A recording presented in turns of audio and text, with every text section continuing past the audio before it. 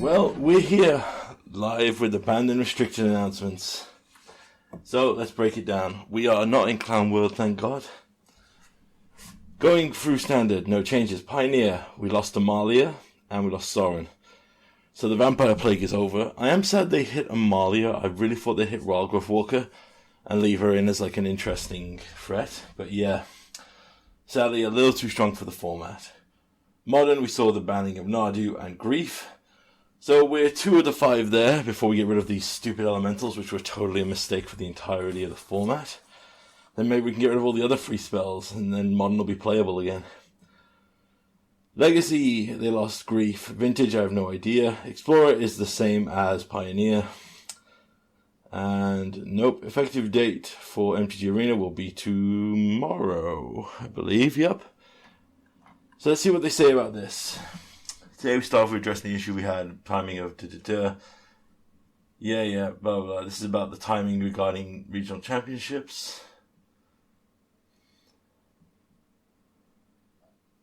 Moving forward, we will align our BNR QRC seasons. Yep. Next BNR announcement will be December 16th. So they're aligning it now with the series because it's a bit awkward with the way the bans are going now. Alright, tabletop explanation. Standard, we're not ready to bother that. Let's see what they argue for Pioneer, which is our big one. For the past several months, there have been a gathering data and observe the results of full season of Pioneer RCQs, as well as data from Tabletop's event and various online leagues and challenges. The format has 2 clear outliers, which we'll be addressing today, Vampires and Amalia. Seth McMahonfield's Pro Tour win in February, Rakdos Vampires has been a growing force in Pioneer metagame. We've gradually seen the meta share grow over time, approaching levels we believe to be problematic. Yeah, 40%. Not a surprise, considering you banned Twin at 25. Dex Marquee play Soren Burious Blooded into a Vein Ripper is too potent to the many decks struggle to interact with it. Traditionally, removal needs to be backed up by a sacrificial creature for you to even target it, and in doing so, you still face Soren, and you've lost 2 cards. Yep, that's basically what we said. In exchange, it's difficult to come back from, and you already picked apart from the Thoughtseize Fade Off Push 1-2 punch. Yes, again, another deck built around Thoughtseize having the ability to strip apart and do its thing.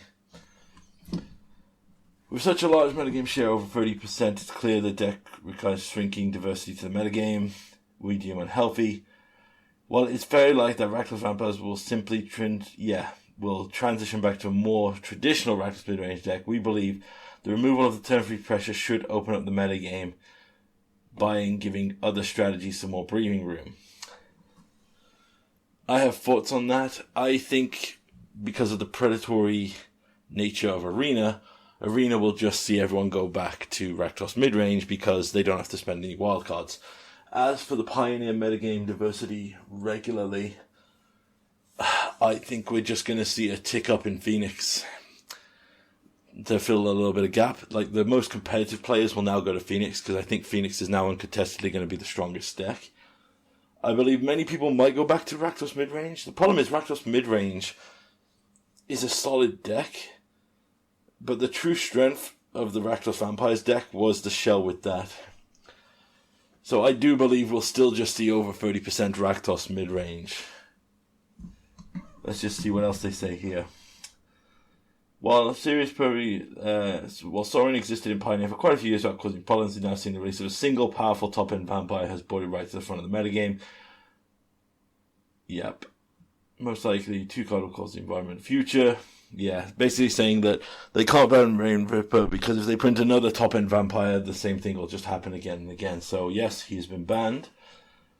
So let's see what they say about Amalia. They've had their eye on Amalia for a while. Creature-based combo decks, we believe, add positive texture to the format. I agree with that. I do believe there should be combo decks in a format. But turn 3 is a little too quick. The deck uses Wild Growth Walker and Amalia in various ways, likely to take it off. If that wasn't enough... If there wasn't enough players, I found ways to give Wild Growth and Destructor, causing it to result in a draw. triggers an infinite number of times, and while not an experience, yeah, it's saying that we saw the 6-game series in Pro Tours Cavern of Ixalan, where people in the Boros heroic deck gave Indestructible to the Walgrove Walker and trapped the opponent in an infinite loop. I still maintain that should not be a draw. That should be a loss for the player that got stuck in the loop. If you end up in a loop position and you can't break it, you should lose that game, even if it's in effect the opponent used. Addition handful, the full package, quite resilient, yep. With several recurrence pieces, like Return to the Ranks Extraction Specialist, while also drawing heavily from the library from Court of Calling Collected Company, giving them consistency and power that's made a successful format, yep. Had led us to ban Amalia. Yeah, it's what we said. The turn 3, the consistency, and the odd play pattern of potentially drawing out games, it was just too much. And yeah, fortunately, there was no way to power down Amalia with the incredible build-around package they had, with the recursion, with Return to the Ranks, with the digging, with Cord and company. It was either Amalia or Wildgrowth. I am sad they picked Amalia. I feel Wildgrowth Walker would have been the better hit, because Wildgrowth Walker is not going to see any play anywhere unless someone makes a different Explore deck. I believe Amalia as like a life game payoff, or like a maybe even as a vampire synergy for the deck would be a cool thing, but sadly, yep, she's banned. Right, we considered other cards as well, Treasure Cruise and Fable. Yes, were discussed at length. Our team decided that while each of the following formats clearly needs a change, we wanted to take appropriate that would allow the most important changes necessary without possibly going too far. We're confident these changes in formats will make fun.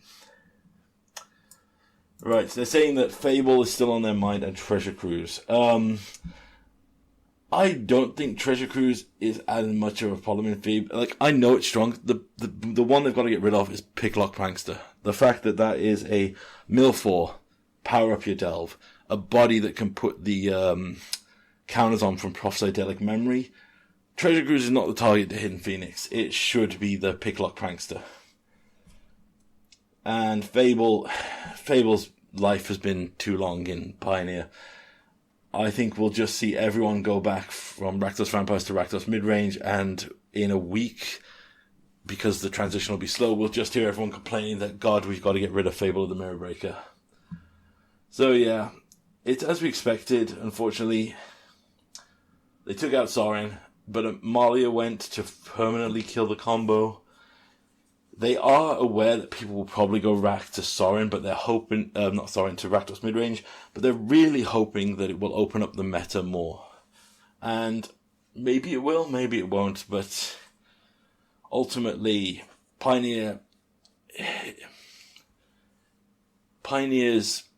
in an okay place now with these gone, I think. What we'll see is a switch back to traditional Rakdos Midrange, a rise in Phoenix, and potentially now, without a Sorin Imperious Broadlord combo deck, or Amalia, we might see the return of Boros Heroic and other lines.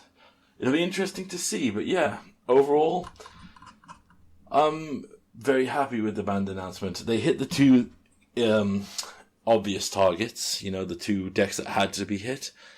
I wish maybe they'd gone a bit harder, truly shook up the format. I do think that my prediction is in December we're going to see them saying that Fable had to go.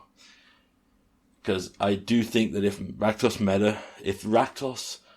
still is top tier and many of these players don't transition away from it, or a new deck comes that lures the hard playing players away, we'll see again the same situation where Rakdos will be the highest percentage of the meta and they'll want to cut it down to try and buy some time and see what else will go.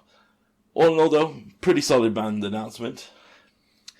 We got rid of another free spell in Legacy and Modern, so we need to get a few more of them out and we'll be all good.